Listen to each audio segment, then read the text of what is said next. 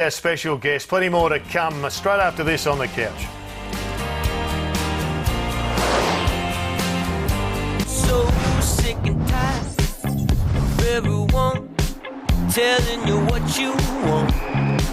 I can never keep kick to the advantage of Tippett is just inch perfect. That is unbelievable. 'Cause you're Hollywood. Tippett delivering something to Buddy. Oh, it's World Cup style.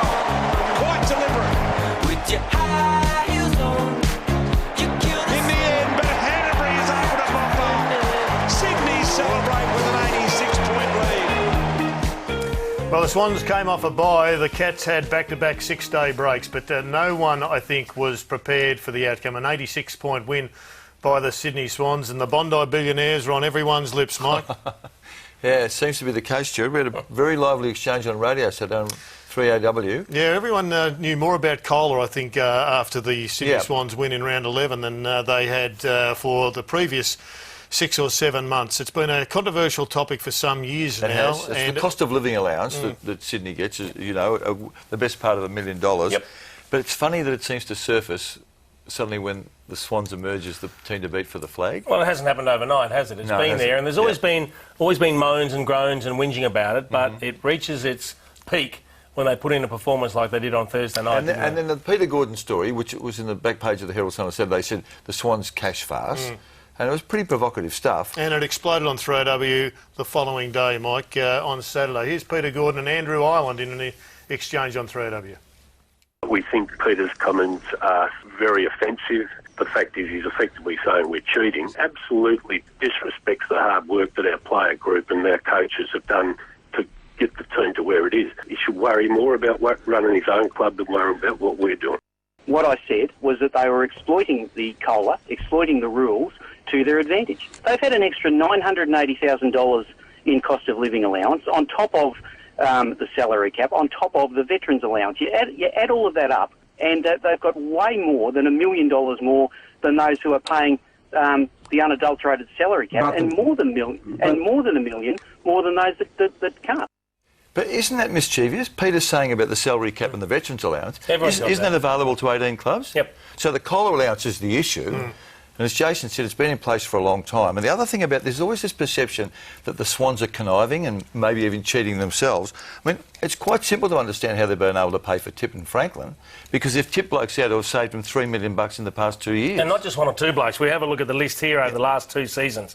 I mean, they're turning over some good numbers. Obviously saved a good whack on Mumford last year when he left. And now, before you leave Mumford, do you reckon Sydney in its right mind would get rid of Mumford if they were able to keep him? They had to make room to get Franklin in, and that's the downside of this deal, is losing those blokes. And I think the other thing we need to take into consideration here is every deal has been ticked off by the AFL. Correct. So if Sydney's good enough to make these deals and have success with it, you've got to take your hats off to them and say, well done. What do you think about the equalisation and the salary cap equalisation as such, Jason? I'm probably a little bit different to what a lot of people think. I don't believe that every club should be paying 100% of the salary cap, because to me, the top list should be getting more than the bottom list. And if you're paying the bottom list the same as the top list, that means you're paying players who aren't performing at the level of others probably more than they deserve. And I would have thought if you pay a little less and you keep a little space, then you have the opportunity to land players. Now, that might be a very broad-based and perhaps an even naive view, but I know the players all want 100% of the salary cap paid at every club, but to me that doesn't make sense. Extension of that, do either or both of you think that you should be able to back-end and front-end contracts? Well, I think you can. I mean, that's just list I know you can, but does it create problems? The club has to live with it if you do it. Does it create problems? Well, it might, but if it creates problems, you're the one that's created them, so you have to deal with them. So I've got no problem with that. Can we go back to matters on the field, because the COLA will be discussed when all the club chiefs get together on Wednesday. But I want to take have a look at some vision of Buddy Franklin.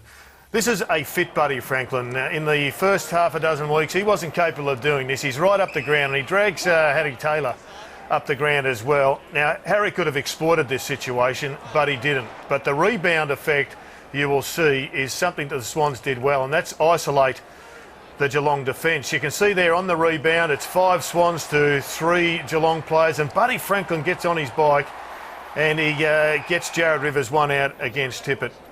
And you see here the work rate, Mike. We know we highlight this a lot. This is in the last quarter, 18 minutes to go. You saw McGlynn and Hanbury there. Watch as this play unfolds.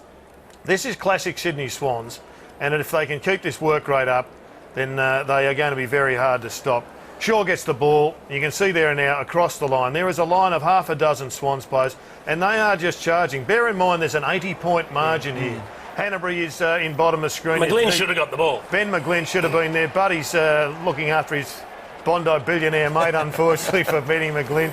But in the finish, it is Hanbury who's run from one end of the ground to the other.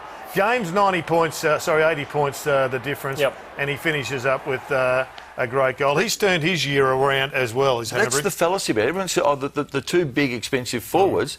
It's a midfield of 6 guns who are getting the ball up there all the time, isn't it? And the other thing is they had more than 100 possessions on top of what Geelong had, and they out-tackled them. Yep. That's work rate. That's not personnel, that's attitudinal. You're up there, Mike, and you were nodding your head sagely saying, I told you this about Geelong. I didn't say that, Gerard. What did you say? You asked me about that prediction I made about Geelong a couple of weeks ago. I said, too early to claim it yet. Yeah, OK, Mike. It was about the cracks at Geelong, was it? What about the Hawks? I haven't seen them beaten like that, though, for 10 or 12 years. Hawks nearly got beaten yesterday